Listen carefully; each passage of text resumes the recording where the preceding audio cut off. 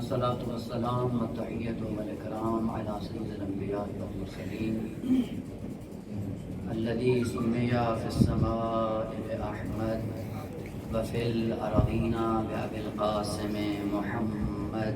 اللهم صل على محمد وآل محمد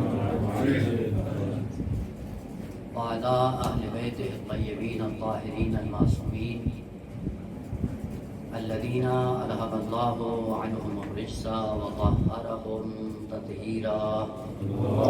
اللهم صل على محمد وآل محمد لا سيما بقية الله المنتظر روحي وأرواح العالمين لتراب مقدم الفداء واللعنة الدائمة الأبدية على أعدائهم المرين من يوم عداوتهم إلى قيام يوم الدين وبعد يوم الدين، ورحمة الله على محبيهم وشيعتهم ومواليهم أجمعين. أما بعد، فقد قال الله الحكيم: بسم الله الرحمن الرحيم. قل يا أيها الذين هادوا إن زعمتم أنكم أولياء لله من دون الناس فتمنوا الموت إن كنتم صادقين. صلوات على محمد وعلى اللهم صل على محمد وآل محمد وعجل فرجهم. جس طرح کہ آپ سب جانتے ہیں، مرحوم سید افتخار حسین ول سید لال حسین کے ایصال ثواب کے لیے اس مجلس کا اہتمام کیا گیا ہے. بانی مجلس کی طرف سے اور مجلس کے آداب کو مد نظر رکھتے ہوئے سید افتخار، سید اقبال، سید مہر علی شاہ، سید شکر علی اور جملہ مومنین و مومنات کے لیے ایک مرتبہ سورہ حمد اور 3 مرتبہ سورہ اخلاص کی تلاوت فرما کر ان کے روح کو ایصال فرماتے ہیں.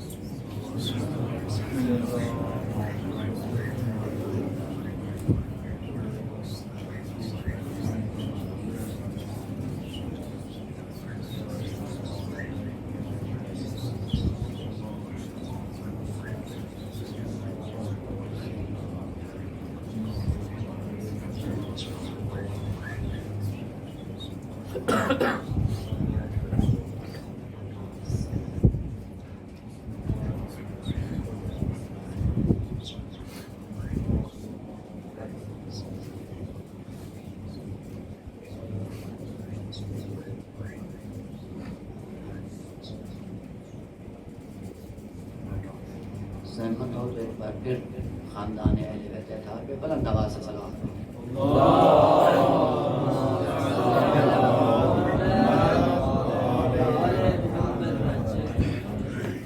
سورہ مبارکہ جمعہ کی معروف ترین آیت کہ جس میں خداوند لم یزل کا یہ ارشاد ہے یہودیوں کو کہ ان سے یہودیوں سے کہو کہ اگر تم یہ گمان کرتے ہو، اگر تم یہ زعم باطل میں تم یہ دعویٰ رکھتے ہو کہ تم ہی ولی خدا ہو اور تم ہی خدا کے مقرب بندے ہو اور تم ہی خدا کے رشتہ دار ہو، تو پھر ایک کام کرو، اس اپنے دعوے کے لیے دلیل پیش کرو. اور وہ دلیل یہ ہے کہ پھر فتمنوا الموت، موت کی تمنا کرو، ان کنتم صادقین، اگر مقام صدق کی تلاش میں ہو تو پھر موت کی تمنا کرو. صرف چند ایک معروضات اسی آیت کے ذیل میں. حقیقت موت کیا ہے؟ دوسرا مرحلہ تمنا موت کا اثر کیا ہے؟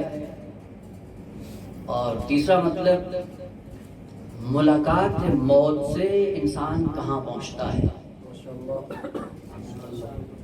پہلے مطلب کے لیے شاید چند ایک معروضات پہلے بیان ہوئی ہوں حقیقت موت کے عنوان سے، اور وہ معروف جملہ ہمیشہ جو خطبہ حضرات ذکر کرتے رہتے ہیں وہ یہی ہے کہ اگر حقیقت موت انسان کو معلوم نہ ہو تو چہ بسا اس کی زندگی کا رخ صحیح ڈگر پہ چلتا نہیں ہے، کیونکہ موت کی حقیقت سے آشنا نہیں ہے۔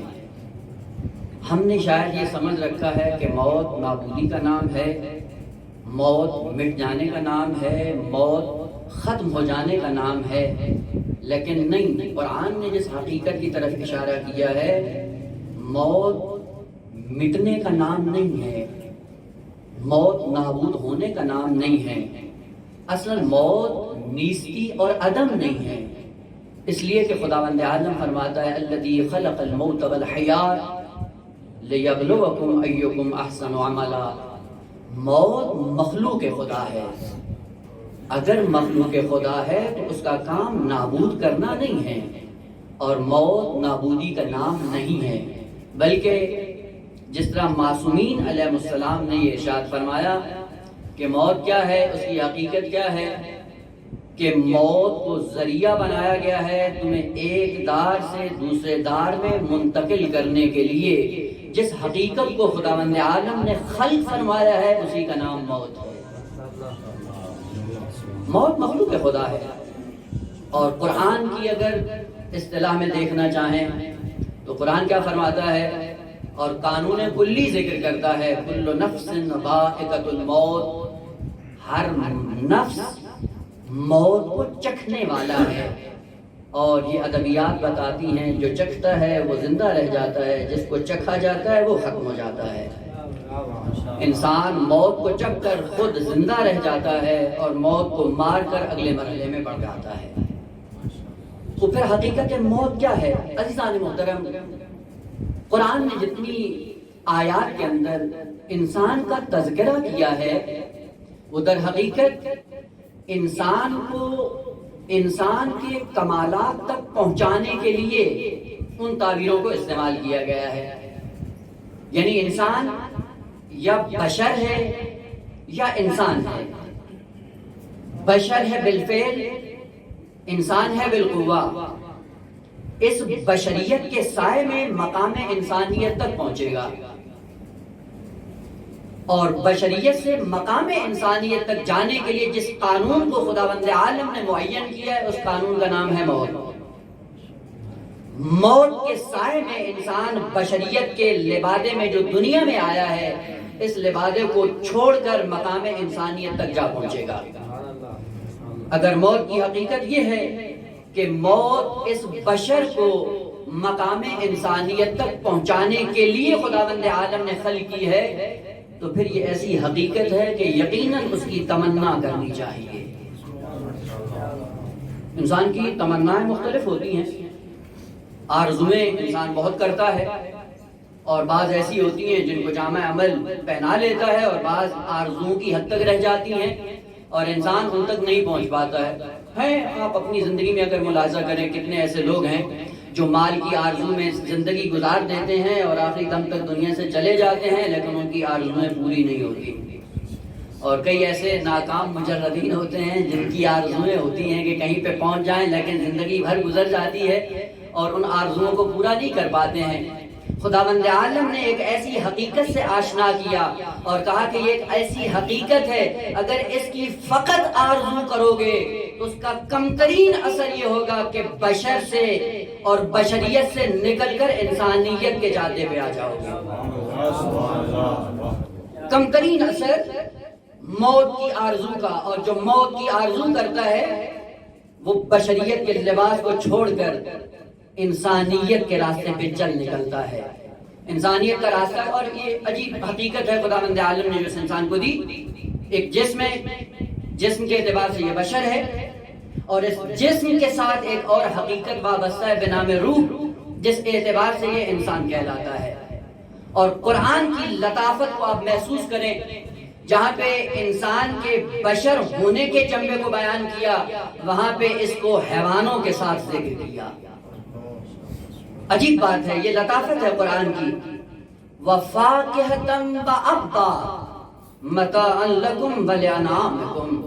فاکہہ کہتے ہیں پھل کو، اب تشدید کے ساتھ کہتے ہیں چارے کو، گھاس پھوس کو، وہ جو حیوان کھاتے ہیں۔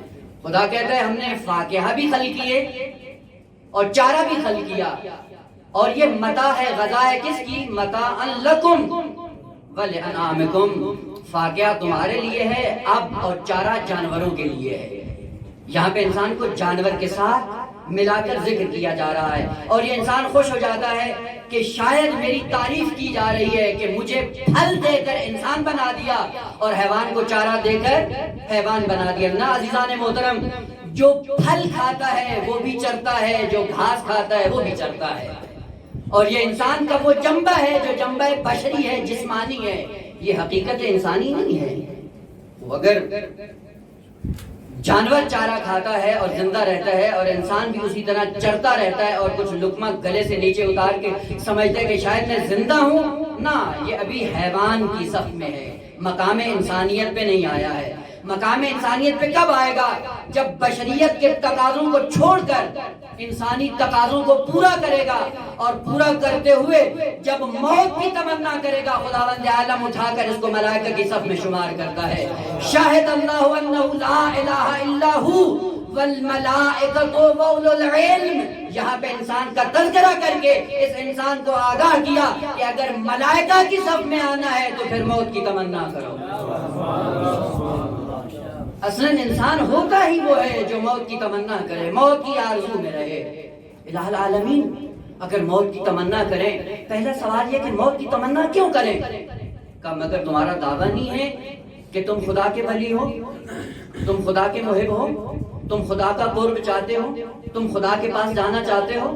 تو اگر میرے پاس آنا ہے، میرے پاس آنے کا ایک ہی ذریعہ ہے اور اسے کہتے ہیں تمنا موت۔ جب تک تم اس بشریت کے لباس میں ہو، خدا کا قرب تمہیں نہیں ملے گا۔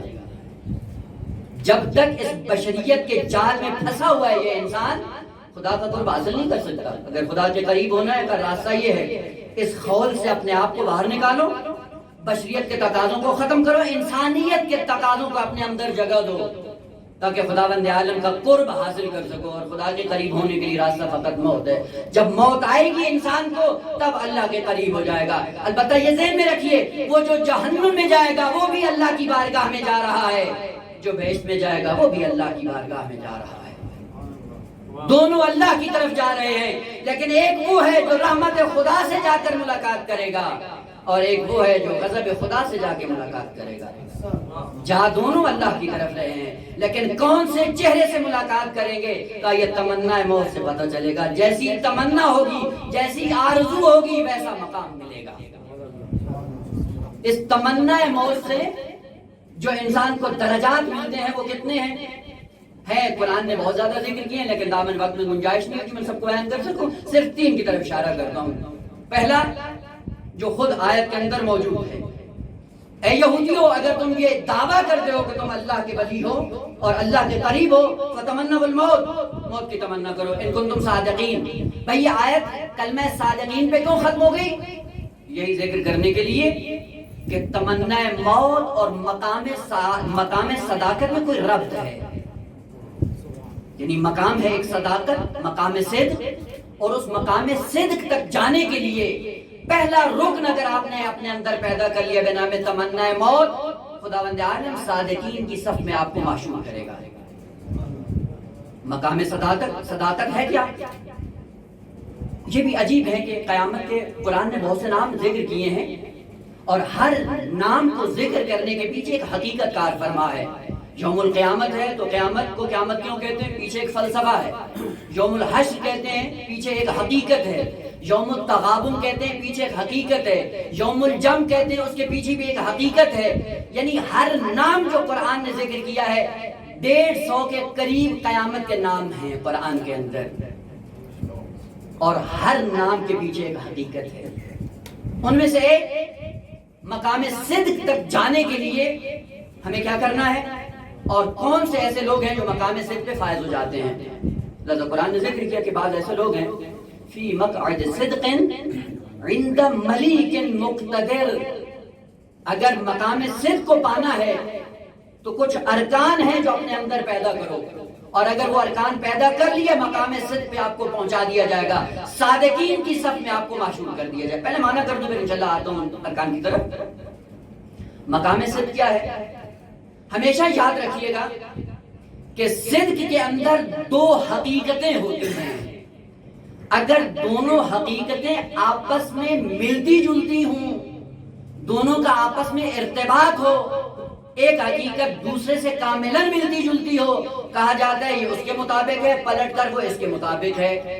اور جہاں پہ مطابقت آ جائے وہاں پہ مقام صدق انسان کو مل جاتا ہے۔ مثال عرض کرو، انسان کمرہ امتحان میں آتا ہے، امتحان دیتا ہے، پرچہ لکھتا ہے، پرچہ لکھنے کے بعد استاد کے حوالے کر کے چلا جاتا ہے، استاد اس پرچے کو چیک کرتا ہے، کچھ انسان لکھ کر جاتا ہے، اس لکھائی کو کسی حقیقت کے ساتھ ٹیلی کیا جاتا ہے کہ اس نے جو کچھ اس کاغذ پہ لکھا ہے وہ اصل منبع کے مطابق ہے یا نہیں۔ اگر اصل کتاب کے مطابق ہو تو پاس کر دیا جاتا ہے، اور اگر اصل کتاب کے مطابق نہ ہو تو فیل کر دیا جاتا ہے۔ خالق کائنات نے یہی بتایا ہے کہ اگر مقام صدق پہ آنا ہے تو جو کچھ تم علم و عمل کی دنیا میں انجام دے رہے ہو یہ پرچہ ہے، اور اس پرچے کو ایک کتاب کے ساتھ ملایا جائے گا، اگر اس کتاب سے ملتا جلتا ہوا مقام صدق پہ پہنچا دیا جائے گا، اور اگر اس سے ٹیلی نہ کیا وہیں پہ غار جہنم کا شکار بن جائے گا۔ تو جو پڑھتے ہو تمہارے علوم کو بھی تولا جائے گا، اور جو کرتے ہو تمہارے اعمال کو بھی تولا جائے گا، جس کتاب کے مطابق تولا جائے گا اسے علی ابن ابی طالب کہتے ہیں۔ اگر علم و علوم اس ذات کے مطابق ہوئے صادقین میں شمار ہوگا، اور اگر علم و عمل اس سے ہٹ گیا مقام صداقت سے گر جاؤ گے۔ اس مقام پہ آنے کے لیے کیا کرو کہ جس طرح تمہارے مولا نے موت کی تمنا کی ہے تم بھی موت کی تمنا کرو۔ تمہارا مولا موت کی تمنا کے سائے میں مقام صادقین پہ پہنچا ہے، تو جو علی کے تابع ہو کر موت کی تمنا کرتا ہے وہ بھی علی کے ساتھ مقام صداقت پہ فائز ہوگا۔ امیر المومنین کیا فرماتے ہیں؟ واللہ لابن ابی طالب آنسو بالموت من الطفل بثدی امہ۔ کتنی خوبصورتی الفاظ کے اندر کا، ابو طالب کا بیٹا، اس کو موت سے اتنی محبت ہے، بلکہ اس بچے سے بھی کہیں زیادہ محبت ہے جو بچہ ماں کے دودھ سے محبت کرتا ہے۔ دیکھا ہوگا بچے کو جب بچپنے میں ہوتا ہے کیا ہوتا ہے؟ ماں سے وابستہ ہوتا ہے، جیسے ہی ہوتا ہے لپکتا ہے ماں کے سینے کی طرف، یہ محبت کے سائے میں لپکتا ہے۔ لیکن امیر المومنین نے کہا یہ میں نے تشبیہ دی ہے، تشبیہ کے اندر سارے ارکان موجود نہیں ہوتے، فقط ایک مسئلے کو بیان کرنا ہوتا ہے کہ اس کو بھی محبت ہے مجھے بھی محبت ہے، لیکن فرق یہ ہے کہ اس کی محبت عقل و شعور کے سائے میں نہیں ہے، لیکن علی کی محبت عقل و شعور کے سائے میں ہے۔ بچہ جب ماں کے سینے کی طرف بڑھتا ہے، جیسے جیسے بڑا ہوتا ہے ویسے ویسے انس ختم ہوتا ہے، لیکن علی کی ذات وہ ہے جیسے جیسے موت کی تمنا کرتا ہے آگے بڑھتا ہے، موت کی تمنا اور بڑھتی جاتی ہے۔ وہ جو موت کی تمنا کر کے اپنے آپ کو مقام صادقین پہ پہنچاتا ہے، اس کو خالق کائنات نے کہا تم میرے ولی ہو۔ مقام ولایت پہ جانے کے لیے پہلے تمنا موت، پھر مقام صدق۔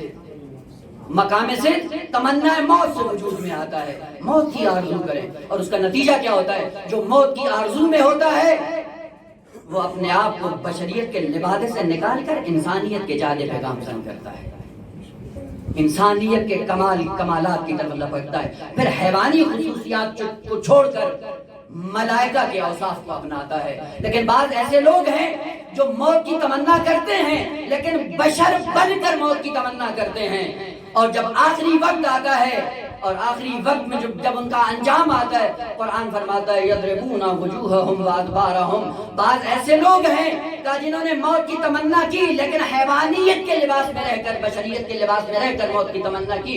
ہوگا کیا کہ ملائکہ دو طرح کے ہیں، بعض وہ ہیں جو زندگی بھر تمہارے ساتھ رہتے ہیں مادی دنیا میں، اور جب انسان کی موت کا وقت آتا ہے یہ چھوڑ دیتے ہیں، یہ سیاف کرتے ہیں، اگلا ملائکہ کا حصہ، اگلی ٹیم اس کو رسیو کرنے آتی ہے، ایک استقبال کرنے آتی ہے اور ایک چھوڑنے جاتی ہے۔ دنیا سے جاتا ہے وہ ملائکہ جو دنیا میں اس انسان کا خیال کرتے تھے وہ سیاف کرتے ہیں اور ایک نیا گروہ جو عالم برزخ میں منتظر ہوتا ہے اس انسان کا، وہ استقبال کو آتے ہیں۔ تو یہ انسان کیسے کا دو طرح سے، ایک وہ ہے جب جاتا ہے عالم برزخ میں منتقل ہوتا ہے، موت کی تمنا لباس بشریت میں کر کے ساری زندگی حیوانوں کی طرح جب گزارتا ہے، تو خدا فرماتا ہے جب ملائکہ دنیا والے چھوڑنے جاتے ہیں، یضربون وجوہہم وادبارہم، جو سامنے استقبال کرنے کے لیے آئے ہیں وہ منہ پیٹتے ہیں، اور جو چھوڑنے جاتے ہیں وہ پیٹھ پہ مارتے ہیں، اور اس عالم میں انسان منتقل ہوتا ہے۔ لیکن جو موت کی تمنا کر کے لباس بشریت کو اتار کر لباس انسانیت پہن کر کمالات کو طے کرتا ہے، جب ملائکہ آتے ہیں تو کہتے ہیں سلام علیکم طبتم فادخلوہا خالدین۔ اگر آئے ہو لباس انسانیت میں موت کی تمنا کرتے ہوئے، سلامتی کا پیغام لے کر اس انسان کو عالم برزخ میں منتقل کرتے ہیں۔ موت کی تمنا انسان کو مقام صدق پہ پہنچاتی ہے، لیکن یہ ذہن میں رکھیے گا مقام صدق پہ جو انسان ہوں گے دو طرح کے ہوں گے، یعنی دو ہی گروہ ہیں، دو سے زیادہ روایات میں بیان نہیں ہوئے۔ دیکھا ہوگا آپ نے کبھی کسی کورٹ میں کٹہرے میں کسی مجرم کو لا کھڑا کر دیا جائے تو بس اوقات مجرم نہیں ہوتا، قابل احترام ہوتا ہے، محترم شخصیت ہوتی ہے، تو اس کو کٹہرے میں کھڑا نہیں کیا جاتا بلکہ احترام سے بٹھا دیا جاتا ہے۔ اور بعض جو صحیح قسم کے بھاری مجرم ہوتے ہیں ان کو بیٹھنے کی جگہ نہیں ملتی۔ کیوں نہیں مل رہی ہے؟ کیونکہ کارستانیاں ایسی ہیں کہ جس کی بنیاد پہ کہنا بیٹھنا کہنا اجازت نہیں ہے، بیٹھنا احترام کی علامت ہے، تمہیں کھڑا رکھا جائے گا۔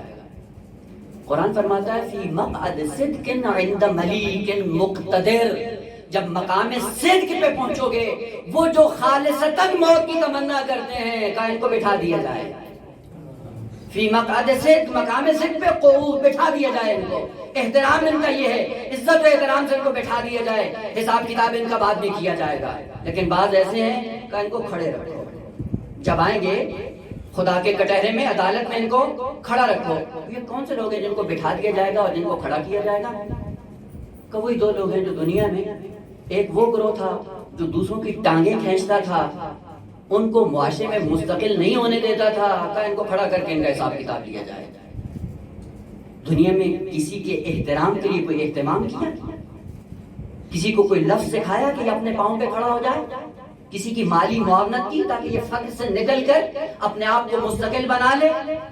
اگر کسی کے لیے قیام کا انتظام کیا ہے وہاں پہ قعود کی شکل میں آپ کا احترام کیا جائے گا، اور اگر یہاں پہ ٹانگیں کھینچتے رہے علمی میدان میں، مالی میدان میں، عملی میدان میں، اور ہر میدان میں دوسروں کو سرکوٹ کرنے کی کوشش کی، امیر المومنین فرماتے ہیں کہ قیامت کے دن اس کو 2 قدم کھڑے ہونے کی جگہ نہیں ملے گی۔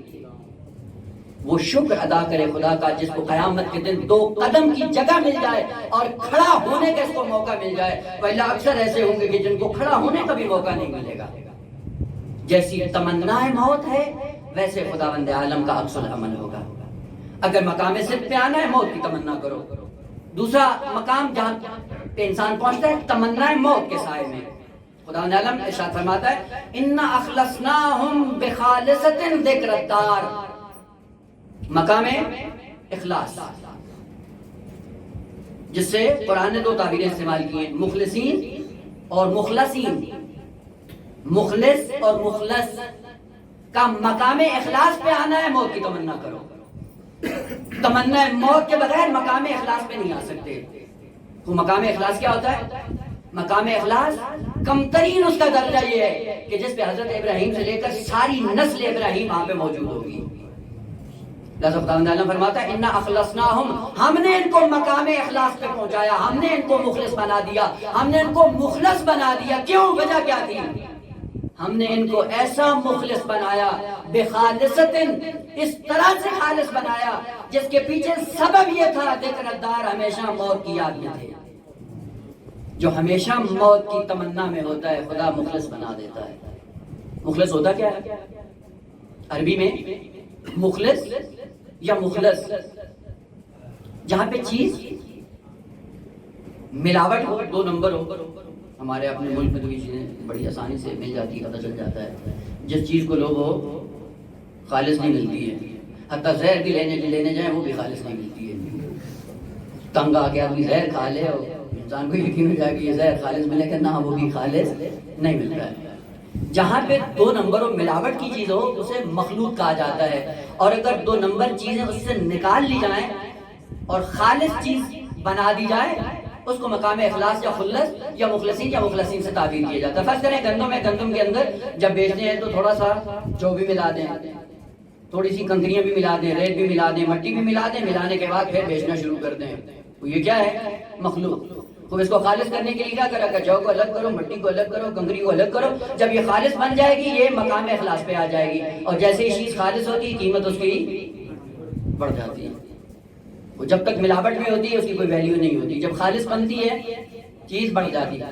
ذہن میں رکھیے گا، یوں نہیں تھا انبیاء کو جو مقام اخلاص پہ پہنچایا تو معاذ اللہ کوئی ملاوٹ تھی، نہ، مقام اخلاص پہ 2 طرح سے آتے ہیں، بعض وہ ہیں جو مقام دفعی میں آتے ہیں اور بعض وہ ہیں جو مقام رفعی میں آتے ہیں۔ بعض وہ ہیں جو شروع سے خالص ہوتے ہیں، ان کو ملاوٹ سے دور رکھا جاتا ہے، بعض وہ ہوتے ہیں جن میں ملاوٹ آ جاتی ہے پھر ان کی ملاوٹ کو نکالا جاتا ہے۔ ان 2 مقام کو طلاب کی اصطلاح میں کہا جاتا ہے، ایک خالص ہے مقام رفع میں، یعنی پہلے ملاوٹ تھی پھر نکال دی گئی، اور ایک مقام دفع میں شروع سے خالص بنے، خدا نے ملاوٹ کو دور رکھا ہے، آنے ہی نہیں دیا۔ خداوند عالم فرماتا ہے اگر موت کی تمنا کرو خدا تمہیں مخلص بنا دے گا۔ اور کیسے بنائے گا؟ تو آپ اس کی گواہی دیں گے، مجھے قرآن ذکر کرنے کی ضرورت نہیں ہے۔ یہی بچہ جب دنیا میں آتا ہے ملاوٹ ہوتی ہے اس میں، جی بچہ جب آتا ہے دنیا میں ملاوٹ ہے، خالص ہے، پاک ہے، پاکیزہ ہے، فطرت دین پہ خدا نے پیدا کیا ہے، ظلم سے نفرت کرتا ہے، عدالت کو پسند کرتا ہے، جو اچھی چیز ہو اس کو اپناتا ہے، جو بری چیز ہے اس کو چھوڑ دو۔ دیکھتے ہیں آپ لطیفے بھی سنتے رہتے ہیں، کوئی دروازے پہ آئے، بچہ آتا ہے، بابا کوئی آیا ہے ملنے کے لیے، باپ کہتا ہے جاؤ اس سے کہو بابا گھر میں نہیں ہے، کیونکہ خالص ہے، ملاوٹ نہیں ہے۔ جب جاتا ہے دروازے پہ مہمان سے کہتا ہے بابا کہہ رہے ہیں میں گھر پہ نہیں ہوں، بعد میں ہوتا کیا ہے؟ اسی خالص کو 2 نمبر بنایا جاتا ہے، ملاوٹ کر دی جاتی ہے۔ مخلصین انبیاء یوں نہیں ہے، جس طرح فطرت اسلام پہ پیدا ہوتے ہیں اسی طرح باقی رہتے ہیں۔ خدا فرماتا ہے اگر مقام اخلاص پہ آنا ہے تو کیا کرو؟ فتمنوا الموت، موت کی تمنا کرو۔ جو موت کی تمنا کرتا ہے مخلص بن جاتا ہے، اور جو موت کی تمنا کرتا ہے خدا اس کو خالص کر دیتا ہے، مخلص بن جاتا ہے۔ جب مقام اخلاص پہ آتا ہے درجات انسان کے بڑھتے رہتے ہیں۔ یہ کہاں سے درجات ملتے ہیں عزیزان؟ فقط موت کی تمنا سے یہ مقامات ملتے ہیں۔ ملاقات موت کیا ہے؟ وہ درجہ بعد کا ہے۔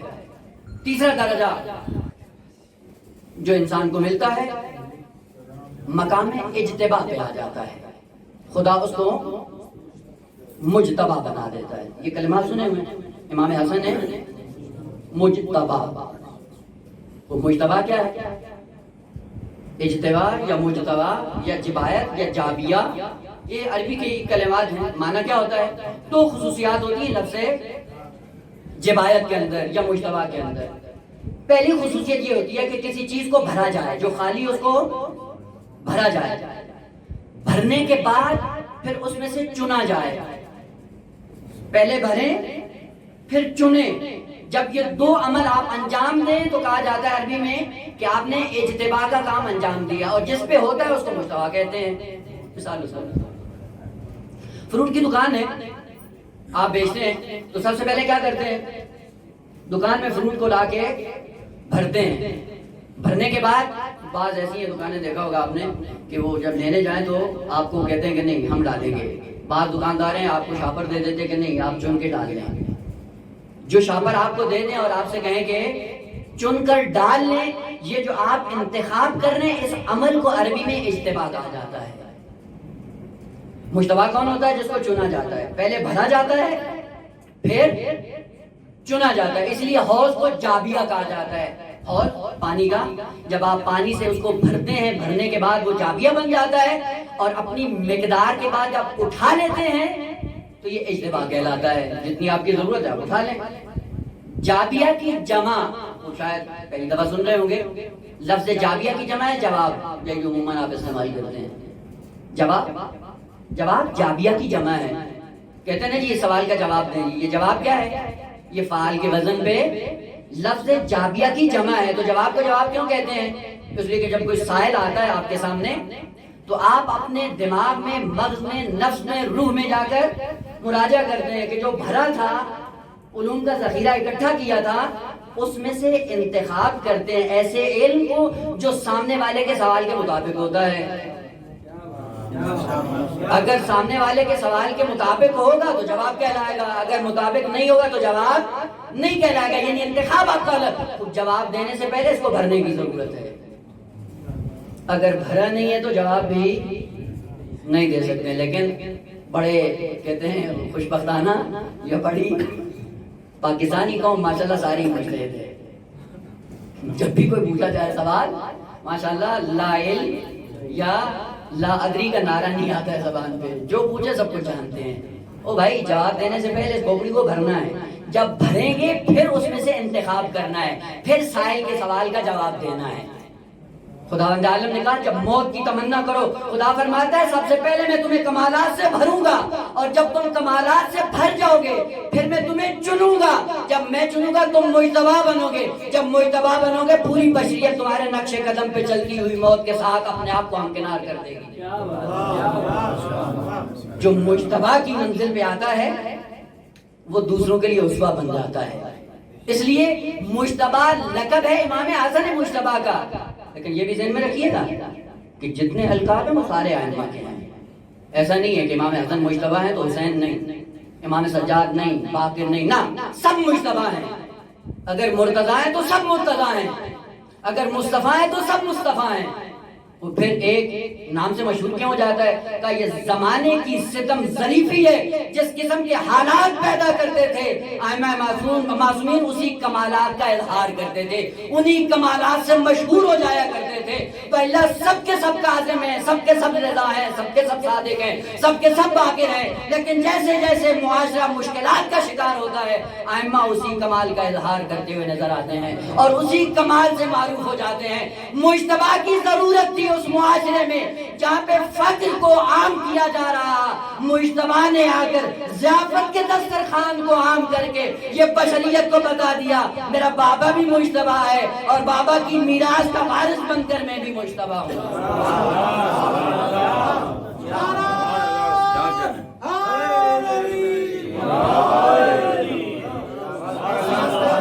سب کے سب مجتبی ہیں، سب کے سب مرتضیٰ ہیں اور سب تمنا موت میں مجتبی بنتے ہیں۔ اور یہ درس ہے بشریت کو، اگر تم موت کی تمنا کرتے ہو تمہیں مقام صدق پہ پہنچایا جائے گا، تمہیں مخلصین میں شمار کیا جائے گا اور تمہیں مجتبی بنا کر خداوند عالم اپنی بزم میں محشور کرے گا۔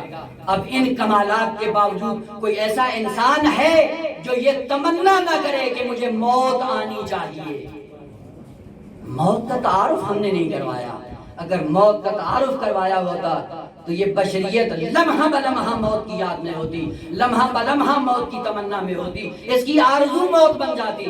جب آرزو موت بنتی ہے انسان کمالات کی طرف بڑھنا شروع ہو جاتا ہے، انسان دائرہ حیوانیت سے باہر آ جاتا ہے، ملائکہ کی بزم میں شمار ہوتا ہے۔ اور خداوند عالم کہتا ہے جب تم موت کی تمنا کرتے ہو تم اتنے بلند ہو جاتے ہو کہ توحید کے گواہوں میں سب سے پہلا گواہ میں خود ہوں اور دوسرے گواہ ملائکہ ہیں، اور اگر تم موت کی تمنا کرو توحید کے گواہ بن جاتے ہو۔ یہ موت کی تمنا کا اثر ہے کہ تمہیں توحید کا شاہد بنا دیا جاتا ہے۔ موت کی تمنا کا اثر یہ ہے کہ آپ کو ان مقامات پہ فائز کر دیا جاتا ہے۔ وہ موت کی تمنا کریں، مقام اخلاص پہ آئیں، مقام صداقت پہ آئیں، مقام اجتباء پہ آئیں، تو یہ سارے مقامات حاصل کیسے ہوں گے؟ مقامات کو پانے کے لیے شرائط ہیں۔ نماز پڑھتے ہیں، نماز کی شرائط ہے یا نہیں ہے؟ وہ جب شرائط پوری کریں گے تو نماز ہوگی، اگر شرائط نہیں ہوگی تو نماز نہیں ہے۔ اور اس نماز کی شرط کیا ہے؟ وضو ہے۔ وضو کیا ہے؟ طہارت ہے۔ اس لیے خداوند عالم نے کہا کہ اگر ان مقامات کو پانا ہے، موت کی تمنا کرنی، طاہر بن کر آؤ۔ جو طاہر بن کر نہیں آئے گا ان کو یہ مقامات نہیں ملیں گے۔ شرط اساسی ترین اور بنیادی ترین شرط ہے مقامات پر جانے کے لیے۔ البتہ ضمن ایک جملہ عرض کر کے پھر بات کو آگے بڑھاتا ہوں۔ مقام بشریت سے نکل کر آپ کو مقام انسانیت پہ آنا ہے۔ لفظ انسان کس سے نکلا ہے؟ بعضوں نے کہا کہ نسیان سے نکلا ہے، چونکہ بھول جاتا ہے انسان ہے نا، جو بھول جائے وہ انسان نہیں، وہ بشر ہے، انسان کبھی بھولتا نہیں ہے، نسیان سے انسان نہیں ہے، انسان انس سے ہے۔ انس کا معنی ہم کرتے ہیں محبت، نا عربی میں محبت کو انس نہیں کہتے، دو کلمے کہتے ہیں تو رفع الاشیاء سے ازدادہا، اشیاء اپنی ضد سے پہچانی جاتی ہے۔ اگر اچھائی کا علم نہ ہو رہا ہو تو اس کے مقابلے میں جو برائی ہوتی ہے اس کو آدمی جب پہچان لیتا ہے تو اچھائی کا ادراک کر لیتا ہے۔ تو رفع الاشیاء بازدادہا وہ ہے لقمان حکیم کے لیے کہ اتنا ادب کہاں سے سیکھا؟ کہتے ادبوں سے۔ کہ وہ کیسے؟ کہا جو کرتے تھے ان کو چھوڑ دیتا تھا، جو وہ کام کرتے تھے بے ادبی کے سائے میں وہ نہیں کرتا تھا، با ادب بن گیا۔ جو با اخلاق بنتا ہے وہ بد اخلاق کے اعمال کو دیکھ کر ان کو چھوڑ دیتا ہے، با اخلاق بن جاتا ہے۔ ان کے مقابلے میں جو کلمہ ہے وہ توحش ہے۔ توحش کہتے ہیں وحشی گری کو۔ وحشی گری کس میں ہوتی ہے؟ حیوان میں۔ جو وحشی ہو وہ عربی میں اس کے لیے کلمہ ہوتا ہے غیر مانوس۔ یہ کیا ہے؟ وحشی ہے۔ وحشی کا مطلب کیا ہے؟ یعنی آپ کے ساتھ مل بیٹھ کر زندگی گزارنے کی صلاحیت نہیں رکھتا ہے، لیکن یہ وحشی ہونے کے باوجود ان کے اندر خدا نے اتنی کیپیسٹی رکھی ہے کہ اگر آپ ان سے تھوڑا سا محبت کریں اہلی ہو جاتے ہیں۔ چموش گھوڑا ہوتا ہے، آپ محبت کریں اہلی بن جاتا ہے، محبت کرنے لگ جاتا ہے۔ کتنے جانور ہیں سدھائے ہوئے کہ وہ وحشی پنا اپنا چھوڑ کر آپ سے مانوس ہو جاتے ہیں۔ بس انس کیا ہے؟ وحشی پنے کو چھوڑ کر اپنے کمالات کا اظہار کرنا انس کہلاتا ہے۔ انس کا معنی ہی اظہار ہے۔ اظہار کے مقابلے میں وحشی پنا ہے۔ کس چیز کا اظہار کرتے ہو؟ کہ جو چیز تمہارے اعمال سے ظاہر ہوتی ہے وہ آپ کی حقیقت کو برملا کرتی ہے، اسی سے پتہ چلتا ہے کہ آپ انسان ہیں یا نہیں ہیں۔ کیا چیز ظاہر ہو رہی ہے؟ مصیبت میں آئے زبان پہ جو کلمات آپ کے جاری ہوتے ہیں اسی سے پتہ چلتا ہے آپ کون سے انسان ہیں۔ جیسے مصیبت میں آتا ہے انسان خدا کا شکوہ کرتا ہے، خدا کہتا ہے ان سے انسان نہیں ہے، یہ وحشی گری سے انسان ہے۔ زندگی بھر میں نے محبت کی، ان نعمتوں کا شکر کیے بغیر ایک چھوٹی سی مصیبت آئی اور تم نے بڑبڑانا شروع کر دیا۔ خدایا مجھے ہی مریض کرنا تھا، اتنی تیری مخلوق تھی، کوئی اور آپ کو ملا نہیں ہے۔ انسان نہیں ہے، انسان ان سے، یعنی جو چیز اظہار کرتا ہے اسی کے اظہار سے پتہ چلتا ہے یہ کتنا انسان ہے، اور اظہار کرنے سے اس کی حقیقت برملا ہو جاتی ہے۔ اور یہ خدا کا عجیب کارخانہ ہے کہ جہاں پہ خداوند عالم نے اس انسان کو انسان جو کہا ہے، اگر اس پورے مجسمے ڈھانچے اور اس لاش سے کمالات الہی سرزد ہوتے ہیں یہ انسان کہلاتا ہے۔ وہ فارسی کی ضرب المثل ہے، از کوزه ہمان تراوش می کند کے دروس۔ کوزے سے کیا چیز باہر آتی ہے؟ جس کے اندر ہوتی ہے، جو اندر ہوگی وہی باہر آگی نا۔ یہ تو نہیں ہو سکتا اندر کچھ ہو اور باہر کچھ اور ہے۔ اسی اظہار کا نام انسانیت ہے جو آپ کے اندر چھپا ہوا ہے۔ جو کچھ چھپا ہوا ہے جس کا اظہار ہوگا اسی اظہار سے آپ کی شخصیت کا پتہ چل جائے گا کہ آپ اندر کتنے پانی میں۔ اور مثال عرض کروں، آپ دیکھیں پانی ہوتے دو طرح کے۔ پانی خاصی جب ٹھہر جاتا ہے جو گندگی ہوتی ہے پانی کی تہ میں بیٹھ جاتی ہے، پانی صاف شفاف اوپر آ جاتا ہے، لیکن تھوڑا سا اس کے اندر ہاتھ ہلائیں تو کیا ہو جاتا ہے؟ وہ گندگی جو نیچے ہوتی ہے اوپر آ جاتی ہے۔ کہ یہی انسان ہے جو بڑے کمالات کا اظہار کرتے ہیں، دم بھرتے ہیں، بڑے متقی ہیں، مومن ہیں، عالم ہیں، ذرا ان کو ہلا کے دیکھو، ہلانے کے بعد پتہ چلے گا تہ میں کیا رکھا ہوا تھا۔ لوگوں کی بس میں بیٹھ کے 2 رکعت خشوع و خضوع سے پڑھ لینا انسانیت نہیں ہے۔ جب تنہائی میں اور خوف خدا سے اگر 2 رکعت نماز پڑھ کے آنکھیں آنسوں سے بھر جاتی ہیں تب پتہ چلتا ہے کس چیز کا اظہار ہو رہا ہے۔ ذرا ان کو ہلا کے دیکھو، انسان ہلانے سے انسان نظر آتا ہے، جو چیز اظہار ہوتی ہے اسی سے پتہ چلتا ہے یہ کتنے پانی میں ہے۔ ایک عالم دین کا واقعہ ہے، تو ممکن ہے داستان ہو، البتہ سمجھانے کے لیے کافی ہوتی ہے۔ بیٹے کے ساتھ کسی بس میں گئے، دعوت تھی، کھانے پہ بیٹھے، کھانا کھایا، مولانا صاحب ذرا مرتب ہو کے لوگوں کے حیا کے پیرائے میں بیٹھے رہے اور تھوڑا وہ کھانا کھایا، گھر چلے گئے۔ بیٹے سے کہتے ہیں بیٹا کھانا لے کے آؤ۔ کہا بیٹا بابا دعوت میں تو گئے تھے، وہاں پہ تو کھا کے آئے ہیں۔ کہا نہیں بیٹا وہاں پہ لوگوں میں رہتے ہوئے تھوڑا سا حیا مانے بن جاتا تو صحیح سے نہیں کھایا تھا پیٹ بھر کے. اگر پیٹ بھر کے کھاتا تو لوگ کہتے یہ کیسا مولانا ہے. وہ لوگوں کی حیا کی وجہ سے کم کھایا تھا. ابھی بھوکے تھوڑا سا لے کے آؤ تاکہ پیٹ بھرا جائے. وہ ہمارے پاس بیٹا تھا, اس نے کہا بابا پھر ذرا نماز بھی دوبارہ پڑھ لیں, کیونکہ وہ نماز جو وہاں پہ پڑھی تھی وہ آپ گھر میں کبھی نہیں پڑھتے ہیں. اگر لوگوں کے خوف سے ہو تو پھر یوں ہی ہوتا ہے. انسان اظہار سے انسان بنتا ہے. جو کچھ اندر آتا ہے باہر آ جاتا ہے. کیا اندر ہے جس کو بھرا ہوا ہے کا مقام اطلاع میں جب انسان پڑھتا ہے, موت کی تمنا کرتا ہے, پتہ چل جاتا ہے, اظہار ہو جاتا ہے. انس کہتے ہیں اظہار کو. جو حقیقت چھپی ہوتی ہے جب ظاہر ہوتی ہے انسان بن جاتا ہے. اس انسان کو انسان بنانے کی اساسی ترین شرط طہارت ہے. خلوت میں بھی طاہر ہو, جلوت میں بھی طاہر ہو. یہ نہیں کہ معاشرے میں آئے دین کی باتیں کریں, معاشرے کو سلجھانے کے لیے بڑے متقی بن جائیں, جیسے ہی تنہائی ملے ہم سے بدتر کوئی نظر ہی نہ آئے. یہ کیسا انسان ہے؟ طہارت شرط اول ہے.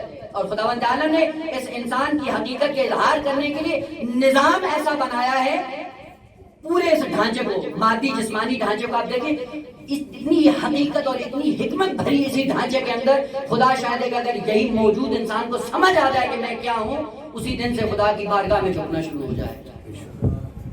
یہ کتنے اعضاء ہیں اس انسان کے جسم کے اندر, ان تمام اعضاء کو جا کر دیکھو, یہ سارے اعضاء آپس میں جڑے ہوئے ہیں, اور سب اعضاء ایک دوسرے کے ساتھ جڑ کر ایک ہی حقیقت کا اظہار کرتے ہیں, وہ یہ کہ جسم کی سلامتی کو بحال رکھنا ہے. ہوتا ہے یا نہیں ہوتا ہے؟ آپ ایک کھانا ایسا کھا لیں جو خراب ہو. خراب کھانا جیسے گلے سے جاتا ہے, خود دانت چباتے ہیں, گلے سے نیچے جاتا ہے, جیسے ہی میدے میں جاتا ہے میدا قبول نہیں کرتا ہے. کیوں نہیں کرتا ہے بھائی؟ کہ کوئی اجنبی آ گیا ہے. جیسے ہی اجنبی آتا ہے سارے اعضاء مل کر اس حقیقت کو باہر پھینک دیتے ہیں. انسان کہہ کر دیتا, الٹی ہو جاتی ہے. کیوں؟ کہ وہ چیز جو تم نے میدے میں اتاری ہے وہ تمہارے میدے کے ساتھ سازگار نہیں تھی. کیوں؟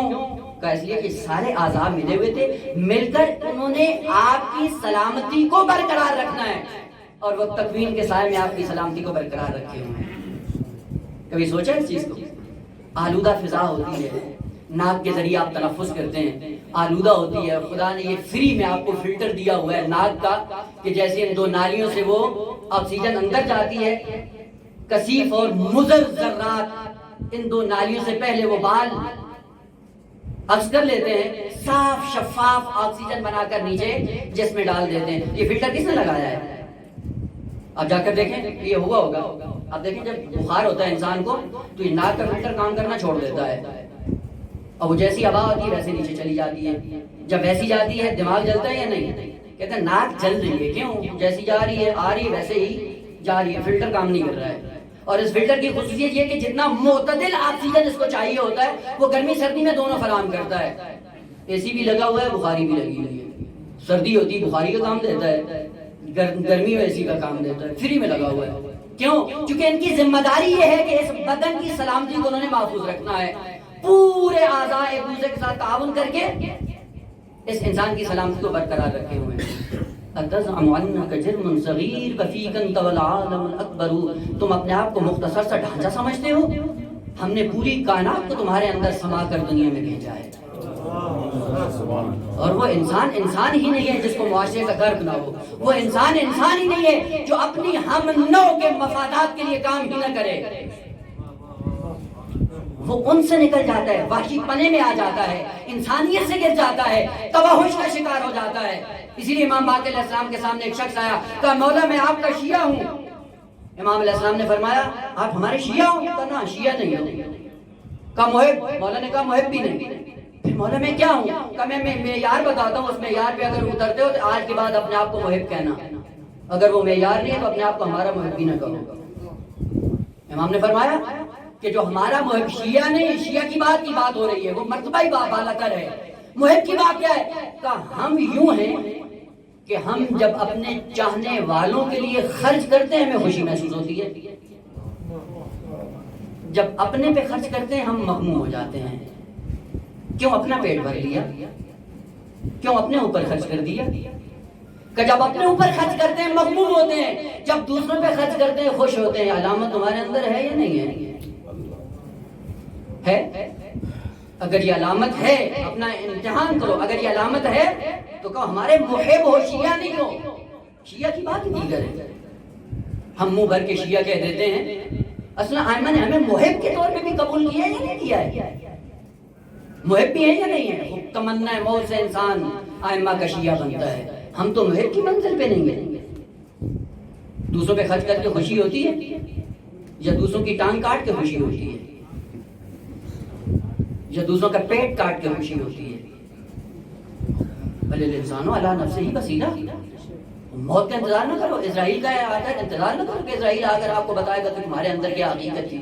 وہ موت سے پہلے اپنی حقیقت کو آشنا کر لو، اپنی حقیقت کو معلوم کر لو. عجیب کر رہا تھا کہ انسان ہوتا ہی وہ ہے جس سے کمالات کا اظہار ہوتا ہے. یہ سارے اعضاء مل کر بدن کی سلامتی کو فراہم کرتے ہیں اور روح انسانی مل کر دوسرے انسانوں سے معاشرے کے کمالات کو دنیا میں عام کرتے ہیں. جہاں پہ صداقت کی بات آئے معاشرے کی انگلیاں اٹھ جاتی ہیں. وہ جعفری کا ماننے والا ہے، وہ مکتب جعفری پہ چلنے والا ہے، کمالات کا اظہار کرتا ہے، تب جا کر انسان بنتا ہے. اور اس مقام انسانیت پہ آنے کے لیے پہلی شرط طہارت ہے. کبھی کبھی انسان کا نظام مختل ہو جاتا ہے. جب نظام مختل ہو تو پھر اس کو جوڑنا پڑتا ہے. وہ اعضاء جو مریض ہو جاتے ہیں، پھر آپ دوائی کھاتے ہیں، دوائی کھانے کے بعد وہ اعضاء اپنی جگہ پہ آ جاتے ہیں. جب اپنی جگہ پہ آتے ہیں انسان پہ سالم ہو جاتا ہے. اسی طرح روحانی بیماریاں ہیں، روحانی بیماریوں سے روح مریض ہو جاتی ہے. جب روح مریض ہوتی ہے طہارت کے ذریعے روح کو پاکیزہ بنایا جاتا ہے. طہارت کس طرح؟ یعنی یہ نظام آپ کا مختل ہو چکا ہے. جب نظام مختل ہوتا ہے کتنا زیرک اور کہتے ہیں دوسرا لفظ خلاف ادب ہے اس کو استعمال نہیں کرتا کہ کتنا زیرک چالاک ہے انسان کہ جب یہ بات بھی کرتا ہے تو اپنے پاؤں پہ پانی نہیں آنے دیتا. فرض کریں ایک مریض ہے انسان، کہا جاتا ہے بھائی تمہارے مال میں کسی کا حق ہے اور یہ حق نکال کر صاحب حق تک پہنچاؤ تاکہ طاہر ہو جاؤ، پاکیزہ ہو جاؤ. تو جب یہ دے بھی دیتا ہے، آپ جس نیت سے دیتا ہے وہ خدا جانتا ہے. جب دے دیتا ہے تو کیا کہتا ہے؟ میں نے مال کو بولتے ہیں مثلا کیا کر دیا؟ مال کو پاک کر دیا. عزیز مال نجس کب ہوتا ہے کہ جس کو پاک کرنے کی ضرورت ہوتی ہے؟ نوٹ ہیں، آج کل تو نوٹ نہیں، آج کل تو یہ آدات چل رہے ہیں، وہ بھی مشین میں ہوتے ہیں، جیب میں نہیں ہوتے. یہ آدات نجس ہو جاتے ہیں. امام ادھر سے ادھر ٹرانسفر کر دی، کیا کہتے ہیں؟ مال پاک کر دیا. نہ عزیزان محترم قرآن پڑھو. قرآن کیا کہتا ہے؟ سورہ توبہ میں خدا کا ارشاد ہے پیغمبر صلی اللہ علیہ وسلم، اے رسول خذ من اموالہم صدقۃ تطہرہم، ان کے مال سے صدقہ لو، فرائض مالی واجبات مالی ان سے لو، زکات دیں، خمس دیں، صدقات دیں، جو مالی فرائض ہیں ان سے نکلواؤ. ہوگا کیا؟ کون پاک ہوگا؟ کون پاک ہوگا؟ مال پاک یا انسان ہوگا؟ عجیب بات ہے. صاحبان علم ہے، طلاب کی محفل ہے، لہٰذا کوئی حرج نہیں ہوگا جملے کو. اسی لیے آپ جا کر ترمیم اٹھا کر دیکھیں ترمیم غلط کرتے ہیں. اے پیغمبر ان سے صدقہ لو اور کیا کرو تاکہ مال پاک ہو جائے. غلط ہے، ترجمہ غلط کرتے ہو. جب ترجمہ غلط کرتے ہو پھر عقیدہ غلط بنتا ہے. جب عقیدہ غلط بنتا ہے عوام کی زبان پہ الفاظ بھی وہی آ جاتے ہیں. لہٰذا آپ جا کر پوچھیں جی ہم نے مال کو پاک کر دیا. نہیں عزیز، آپ نے اپنے آپ کو پاک کیا، مال نہیں. مال کبھی نجس ہوتا ہی نہیں ہے. اور صاحبان علم میں آپ یہ اصطلاح ہوگی جو طلاب ہیں ان کو سمجھ میں آئے گی. فعل مضارع جب امر کے جواب میں آتا ہے تو کیا ہوتا ہے بھائی؟ کیا ہوتا ہے؟ مجزوم ہوتا ہے. اگر فعل مضارع فعل امر کے جواب میں آ جائے تو اس کے اوپر جزم آ جاتی ہے، سکون آ جاتا ہے، حرکت نہیں ہوتی. خداوند عالم نے کہا خذ فعل امر ہے، لے لو محبوب، من اموالہم ان کے اموال سے لے لو صدقہ. ہوگا کیا؟ تو طہرہم، تو طہرہم نہیں ہے. یہی سے پتہ چلتا ہے کہ اگر یہ تو طہر خود کا جواب ہوتا مجزوم ہوتا تو طہرہم ہوتا، تو طہرون نہ ہوتا، اوپر اس کے حرکت نہ ہوتی، ضمہ نہ ہوتا. اوپر سے پتہ چلتا ہے تو طہرو خود کا جواب نہیں ہے. اگر خود کا جواب ہوتا تو معنی کیا ہوتا؟ پیغمبر صدقہ بھی تو لے، پاک بھی تو کر. لیکن خدا نے یہ نہیں کہا. پیغمبر سے کہا فقط تیرا کام ان سے صدقہ لینا, جیسے آپ صدقہ لوگے یہ صدقہ ان کو پاک کر دے گا. رسول کا کام لینا ہے, تطہیر صدقے کا کام ہے.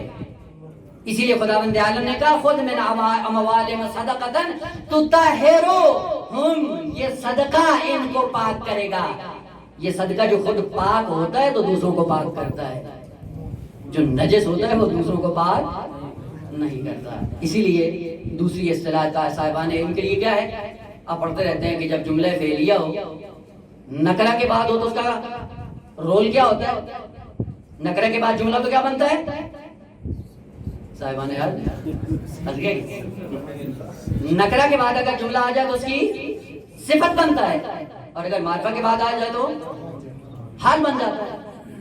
صدقتاً نکرہ ہے اور اس کے بعد تطہرہم جملہ ہے, مضموم ہے, بس خود کے جواب میں نہیں ہے. صدقہ نکرہ آیا ہے, اس کے بعد جملہ آ رہا ہے, تو یہ جملہ اس صدقے کی صفت ہے نہ کہ پیغمبر کی صفت ہے.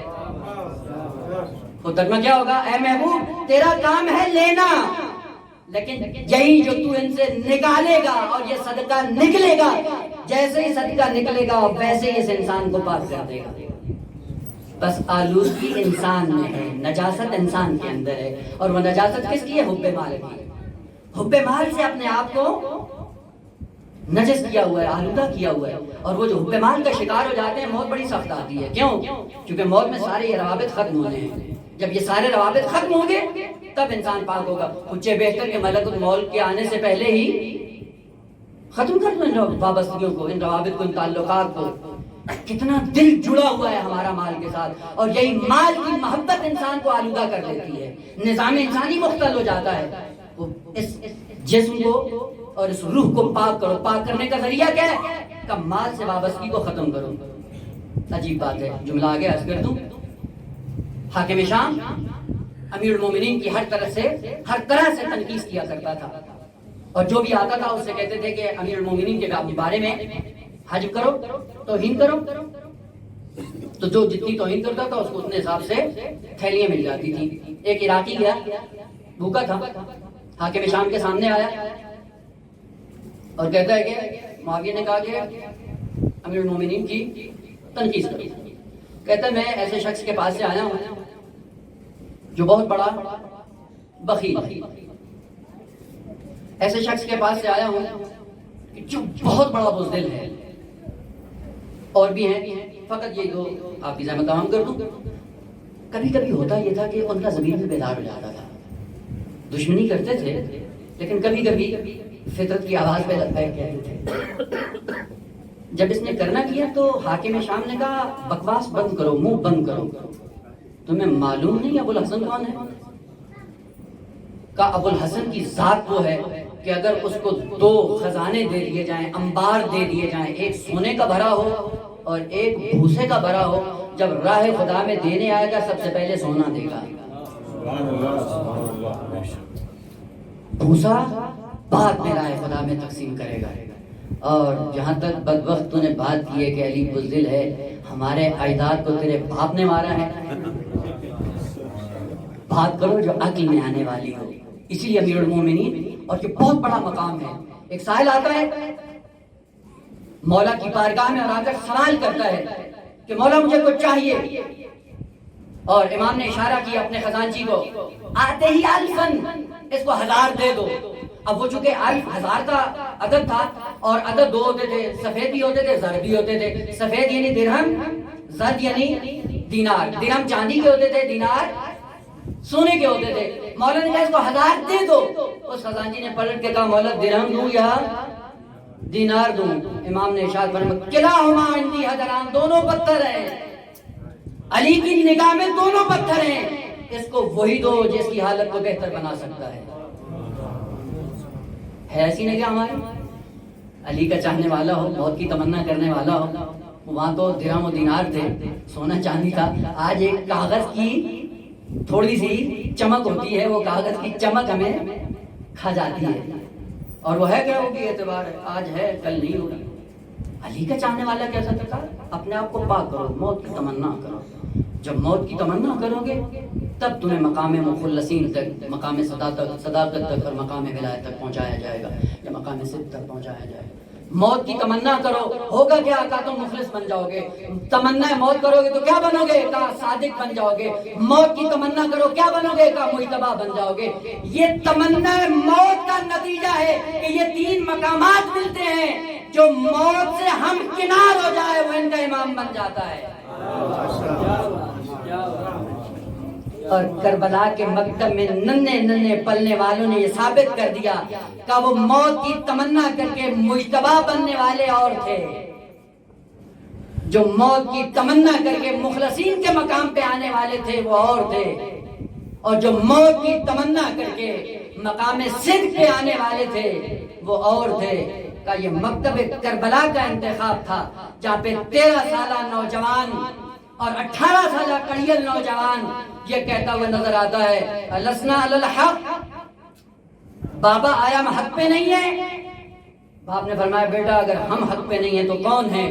پھر فرمایا تمنا موت نہیں، اذن لا نوالی بالموت، پھر موت کی پرواہ نہیں ہے، ہم موت پہ جا گریں یا موت ہم پہ آ جائے۔ جو موت کو سینے سے لگا لے وہ ان تین افراد کا امام بن جاتا ہے، اور اس میں ضروری نہیں ہے کہ وہ بنو ہاشم کے نوجوان ہوں یا امام کے اقربا، اگر غیر بنو ہاشم سے بھی ہو، موت کی تمنا خالص کر کے جب امام کی بارگاہ میں آ جائے، امام اس کو سینے سے لگا کر یہ نعرہ بلند کرتے ہیں کہ اے حر انت حر فی الدنیا والآخرہ کما سمت کا امک، جس طرح تیری ماں نے تیرا نام حر رکھا ہے، میں امام ہو کر یہ گواہی دیتا ہوں تو دنیا میں بھی آزاد ہے، آخرت میں بھی آزاد ہے۔ اور یہ حر کون ہے؟ یہ وہ بوڑھا جرنیل لشکر اعداء کا جس نے آ کے امام حسین کا راستہ روکا۔ راستہ روکنے کے بعد ضمیر نے آ کر اس کو جھنجھوڑا، متوجہ ہوا، شب عاشور کو نادم ہو جاتا ہے، ندامت کے بعد موت کی تمنا کا سچا خاصگار بن کر آتا ہے۔ بس ایک جملہ حافظ احمد تمام، کیونکہ سارے صاحب کی مجلس ہے، کسی کے سسر کی، اور در حقیقت وہ باپ ہی ہے کہ جس کی مجلس ہے، وہ باپ کے لیے کربلا میں کا نمونہ ہے کہ وہ بوڑھا حر جو ندامت کے سائے میں حسین کی بارگاہ میں آئے اور حسین اس کو اٹھا کر سینے سے لگا لے، اور نہ فقط یہ کہ کوئی گلہ شکوہ کرے، ایک جملہ کہ حر تم اس وقت آئے ہو جب میرے خیموں میں تمہاری پذیرائی کے لیے کچھ بھی نہیں ہے۔ حر نے کہا مولا میں کچھ لینے نہیں آیا ہوں، میں اپنے کو قربان کرنے آیا ہوں، جس طرح میں پہلا مجرم تھا میں چاہتا ہوں کہ پہلا وہ شخص ہوں جو تم پہ قربان ہو جائے۔ امام نے اجازت دی، اجازت سے پہلے حر نے اپنے بیٹے کو بلایا، بیٹے کو بلا کے کہتا بیٹا تقدم، بڑھو میدان کربلا کی طرف اور زہرا کے لال پہ قربان ہو جاؤ۔ اور یہ حر نے اس لیے اقدام انجام دیا تاکہ ایسا نہ ہو کہ بوڑھے باپ کی محبت کو دیکھتے ہوئے اور اس کی موت کو جوان بیٹا دیکھ کر کہیں حسین کی محبت سے پھر نہ جائے، کہنا میں اپنی زندگی میں اپنا نذرانہ پیش کرنا چاہتا ہوں۔ بوڑھے باپ نے نوجوان کو حسین پہ نثار کرنے کے لیے بھیج دیا، جیسے ہی جاتا ہے میدان جنگ میں نوجوان بیٹا ہے شہید ہوتا ہے، حر نے اپنی کمر پہ ہاتھ رکھا، خیموں سے بڑھنا شروع کرتا ہے، میدان کربلا کی طرف آنا چاہتا ہے، کتنی محبت ہے حسین کو، کہا حر رک جاؤ، کہاں جا رہے ہو؟ کہا نوجوان کا لاشا ہے، اس نے آواز دی ہے اٹھانے جا رہا ہوں۔ حسین نے کہا نہیں حر تم بوڑھے ہو، نوجوان کا لاشا تم نہ اٹھا پاؤ گے، ارے تم رکو ہم اٹھانے جاتے ہیں۔ آئے حسین تیری اپنی قسمت، حر کو جوان لاشا اٹھانے نہ دیا۔ جب علی اکبر کی بات آئی، عجب نئی آنکھوں کا نور